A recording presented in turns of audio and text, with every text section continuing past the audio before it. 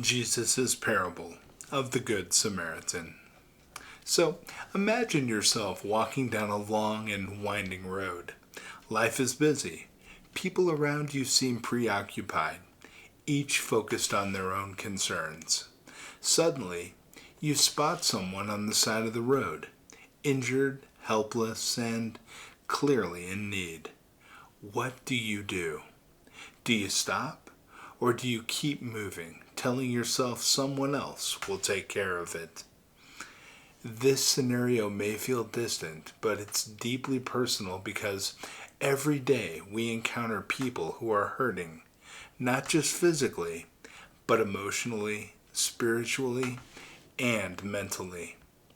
And Jesus invites us to think about how we respond to these moments through one of his most well-known parables, the Good Samaritan. This story isn't just about kindness. It's about radical, life-changing love. And today, let's explore its profound lessons and discover how it can inspire us to live with open hearts and willing hands. The story that challenges us all. When a scholar of the law asked Jesus, "Who is my neighbor?" he wasn't just looking for an answer. He wanted to test Jesus and perhaps justify his own behavior. But instead of giving a direct reply, Jesus told a story that turned the question on its head. Jesus says, "A man was traveling from Jerusalem to Jericho, a treacherous road notorious for its thieves and violence. He was attacked, robbed of everything he had, beaten severely, and left half dead on the side of the road. Along came a priest, a man devoted to religious duties. Surely he would stop and help, right? But he crossed to the other side of the road and continued walking. Next came a Levite, another person committed to serving in the temple. But he too ignored the wounded man and walked away. Finally, a Samaritan came upon the injured man. To understand the weight of this moment, we need to know that Samaritans were despised by Jews. They were considered outsiders, even enemies. Yet, it was this Samaritan who stopped. He saw the man suffering, felt compassion, and took action. He bandaged the man's wounds, used oil and wine as first aid, placed him on his own donkey, and took him to an inn. Not only that, he paid for the man's care and promised to cover any additional expenses. Now, at the end of the story, Jesus asked the scholar, which of these three was a neighbor to the man?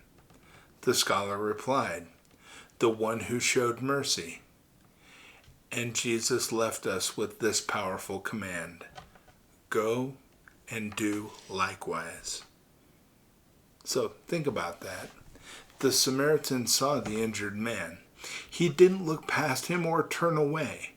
He noticed the pain and responded with care.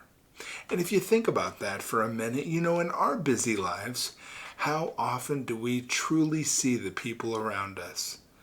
Compassion starts with paying attention to the lonely neighbor, the struggling coworker, the friend hiding their pain.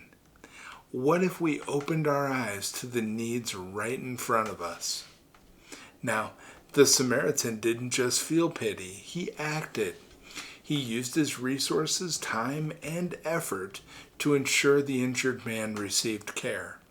He didn't stop with good intentions, he followed through.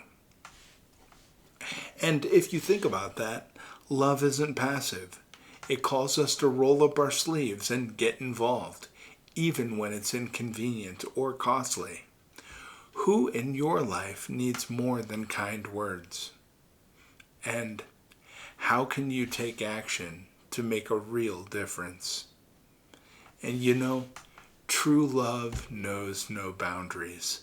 The Samaritan and the injured man were from opposing groups, groups that typically avoided each other, even in dire circumstances.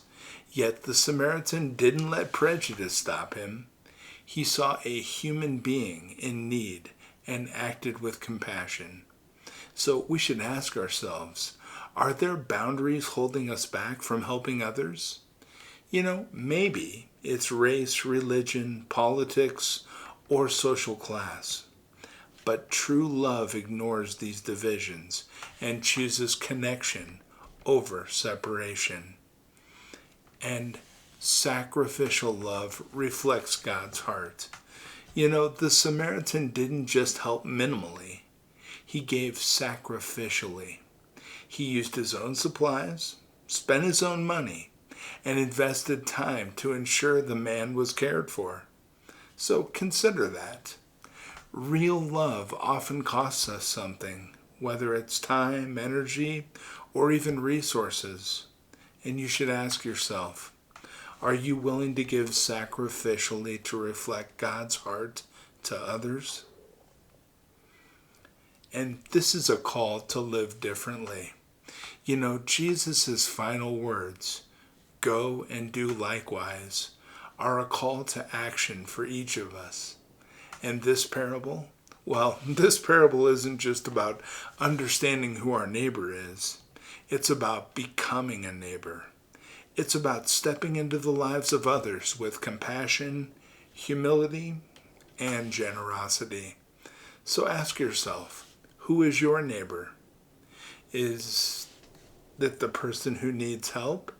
Whether they're a friend, stranger, or somebody society tells you to ignore, it's the person whose pain you might be tempted to walk past.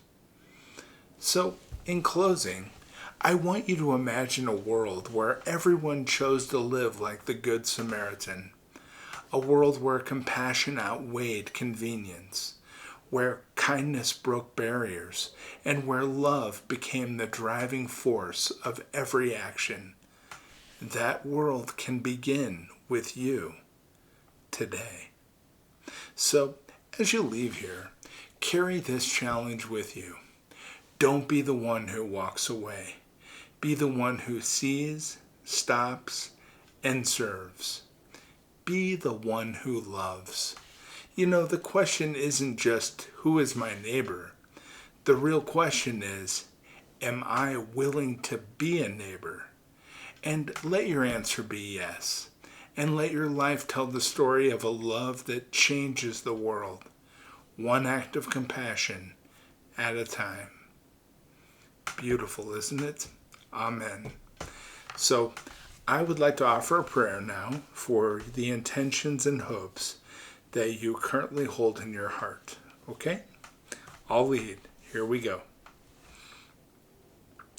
Our Father, who art in heaven, hallowed be thy name. Thy kingdom come, thy will be done, on earth as it is in heaven. Give us this day our daily bread, and forgive us our trespasses, as we forgive those who trespass against us. And lead us not into temptation, but deliver us from evil. For thine is the kingdom, the power, and the glory, forever and ever. Amen. Amen. That was great, wasn't it? So, seeing you today has made my life so much better, and I hope you enjoyed this parable. It has knowledge and information that can not only make our lives better, but make the world around us better as well. I cannot wait until I have an opportunity to chat with you tomorrow.